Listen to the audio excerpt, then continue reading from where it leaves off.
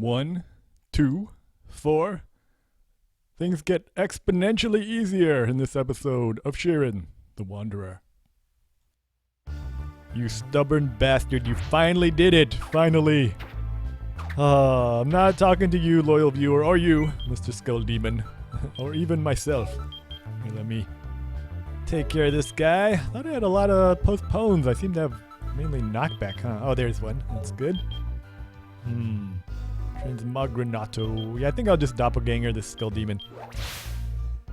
You want to save your postpones because those are your best staffs for late in the dungeon. Although, doppelganger can get you out of a big monster house. I think I told you about the trick with the Herb of Victory too, if you want to make an invincible doppelganger. Give yourself some more time. That's a cool trick to use too. I think I have a lot of victory herbs this run, but hopefully I won't have to waste them on something like that. Yeah, I don't know if you've watched the last episode, the feminism episode.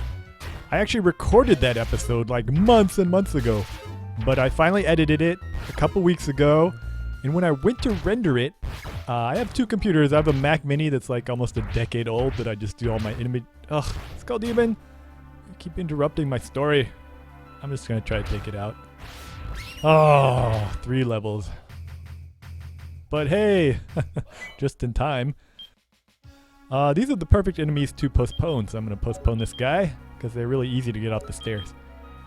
I use my Mac Mini for image editing, and then I have a Craigslist PC laptop that's like maybe 5-6 years old, pretty old, that I use to record the episodes and edit and render the episodes.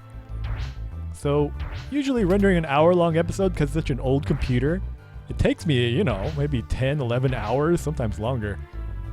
But when I went to render the last episode, I started it rendering before I went to work. I came back, it was still rendering. I went to sleep, I woke up, it had frozen the computer with like 10 minutes of the episode left. It's like almost done. And the file was corrupted, so I had to start all over again. Oh, hey, shop. I'm not deep enough to find the super rare items, but I already bought a 4K herb early this run, and that can be an herb of invisibility or an herb of amnesia, which are both pretty rare. But it looks like there's nothing super cool here. That change jar might make something awesome though. So let's see if I have some junk to jam in there. My inventory is not super amazing. I think I'll go out and rearrange things a little bit, make some room. So anyway, I went to go render it a second time. The same thing happens. It almost finishes rendering and then it crashes. I don't know if it's my computer, if my Craigslist laptop is a big old bigot, just doesn't like the feminism, or if it's the program, if it's Cyberlink Director. It could be either one or a combination of both. I disconnected the internet, so it's definitely not the internet doing crazy shenanigans. I even shut off the Wi-Fi just in case. I was trying to update something without my permission. So finally, I just split it up into smaller chunks, and then I rendered those chunks separately, then I recombined them into one long movie. And then when I went to render the final result, which doesn't take usually that long because they're already MP4s, I heard this lawnmower sound in the background, so I had to edit that out. Apparently they were mowing the lawn outside when I recorded that episode. Oh, never has a man worked so hard with so little to show for it. So the two of you that actually watched that run, I hope you appreciate how much trouble it was for me to get that out. Oh, and because I use the same computer to record and edit and render the episodes, I couldn't make another episode because that computer is just like occupied slowly rendering the episodes. And this isn't a complaint about me wanting a new computer or anything. Oh, and then my microphone, by the way, seems to be getting quieter and quieter. I don't know why, but I have to boost the audio on the microphone by quite a bit because my voice is so quiet. So that's additional editing I had to do. It's just so much editing for so little result. And it's my own fault. It's not that I can't afford new equipment. It's just I'm so stubborn that I don't want to get it. So anyway, I'm finally back in Phase Final Puzzle. In this run that I'm pretty sure I'm going to win here. I mean, really now, what could possibly take me out? I just made a walrus jar, so I'm going to use it to steal all his best stuff, including this evil veteran meat, which is almost as good as a revival herb. So I'll have a revival herb, a cursed revival herb, and an evil veteran meat. So really, the only thing I'm super terrified of is a jet fowl electrifying my strengthening jar. That is the one thing that could possibly completely screw over this run. And I don't think that'll happen because surely my luck is not that horrible.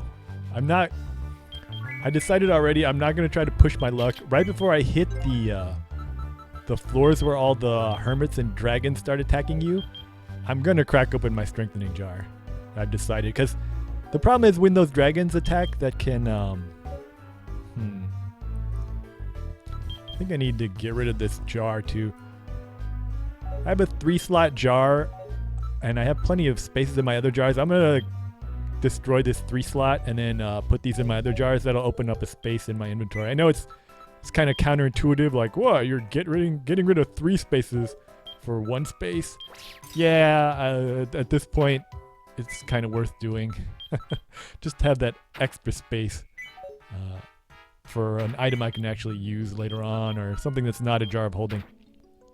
So yeah, assuming that I survive until that point, which is a pretty reasonable assumption to make, I'm going to crack open the jar before I get to the floors with the dragons, because you can't really do a lot of long, lengthy purse rummaging on floors with dragons that can breathe fire on you from anywhere on the floor, because there's always a chance that a couple of them can breathe fire at you and you'll be taking a lot of damage. You really just want to rush through those floors. So any kind of complicated purse rummaging, like melding jar junk, I want to take care of that before I hit those floors, just in case something really horrible happens. Like, if I hit a crazy monster house at the end of this dungeon, I am not going to have time to be like, oh crap! Oh, Jetfowl, why you gotta be so scary? I'm not going to have time to say, oh crap, I should have cracked open my strengthening jar. It's going to be too late at that point. So I'm going to play it super safe, and I'm just going to crack open the strengthening jar early before I hit those floors. Because I want this to be my winning run.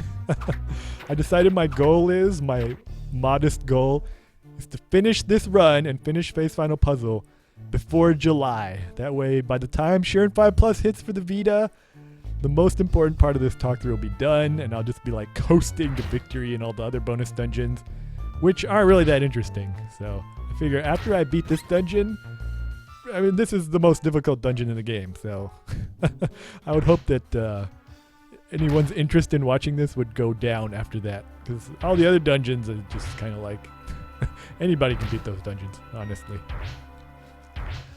Alright, so that is my plan. By July, a month and a half. I'm going pretty slow here, but it's not completely my fault. It's the fault of this computer. Is my Craigslist laptop a bigot? Are you an anti-feminist Craigslist laptop? Is that what this is? Because you just did not want to render that episode. Like, everything that could go wrong went wrong. Oh, and then I did spend a week at the beach just because the weather was nice and I just needed a vacation. So I just went to the beach. Didn't go on the internet for an entire week. I know that sounds crazy to you younger folks, but it was just a nice break from work and from everything. But now I'm back and I'm ready for action. Should I waste a charge, or should I try to take it out? I don't know. I've been losing a lot of levels to Skull Demons lately. If I postpone it, I'm just gonna have to attack it again.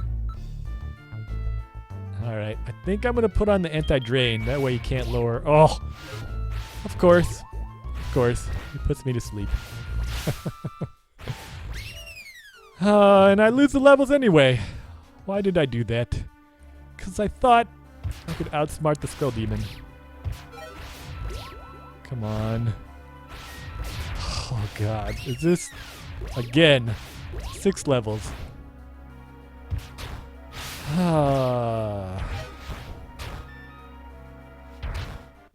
Whew.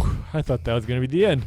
Thought I was going to burn through my revival orb for nothing after bragging about how this was in the bag. Alright. Well, let's never do that again. Gonna put on my sleepless armband and leave it on. Unless I'm fighting a shaved cactus. This episode, sorry about whining for most of this episode, but I just had to get that off my chest. Because I really tried. I was like, wow, I've been waiting like 3 weeks for the last couple times. I should really upload the episodes on time this time. And I tried. I really tried. But the computer was having none of it. And I really want you to be the computer that's going to carry me through this entire talk through, Craigslist laptop. I don't want to replace you midway through the talk through. I thought you could really do this. I had faith in you. You let me down. Luckily, there's only one more episode left in that run. And even though that run, which was kind of uneventful, although it was super difficult for me to talk, you might notice that I repeat myself a lot during that episode. It's because it was kind of hard for me to do all that purse rummaging and try to stay on topic. Ironically, this seems super easy now because there's not much purse rummaging and not as much going on. This seems like, oh wow, this is a piece of cake now, even though this is the most difficult dungeon. But yeah, that was a hard episode for me to record. And much harder episode for me to actually edit and render. But the last episode's super short. It's very memorable. There's some crazy stuff that happens in the last episode of that run. But thank goodness it's not another hour-long episode. It's much shorter. And I'll finally be done with Scroll Cave. I won't tell you if I make it, but I will tell you that that monster house causes me a lot of problems. And there is a chance that I don't make it, that I make it almost to the end, and I choke at the very end, alright? So you people that are into Schadenfreude, you might have a ball in that last final episode of the Scroll Cave run. But I won't upload that one for quite a while here. This episode, all I wanted to talk about was what camera angles Achievers like. And this is pretty simple, so let me just spend a couple minutes on it. Achievers love a third-person camera angle that lets you compare, I shouldn't say you, that lets the player, compare themselves to other gamers or even other NPCs and see a large difference in their status. So they want to see the super swanky armor, they want to see their super high level in comparison to the other characters around them. And they want to know that they're at a much higher level, that they have much rarer equipment, rarer items than everyone else. More gold even, more experience. That's what makes Achievers happy. So third person is perfect for that. Monster Hunter. RPGs like Xenoblade, Xenosaga. What's the latest Xenoblade game? I don't know what it's called. I think it's called Xenosaga.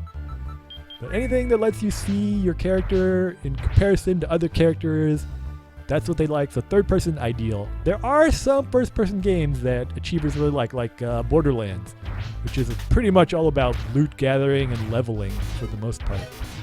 Yeah, but it would even be even more appealing, I think, if it was third person. It's just that the shooting, first person shooter mechanics are well ingrained into people's psyche. So you can make first person achievement based games sometimes, but for the most part, third person games are the way to go.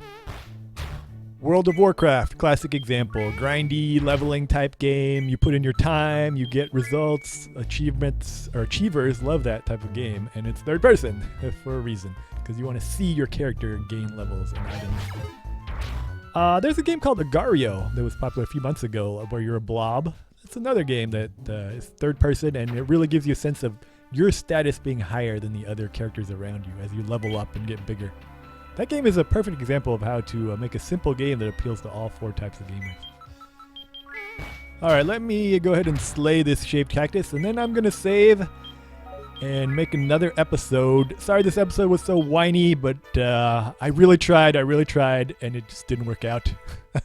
I'll make another episode and upload it right after this one. So I'll see you then, and we'll be back on track in Shiren the Wanderer.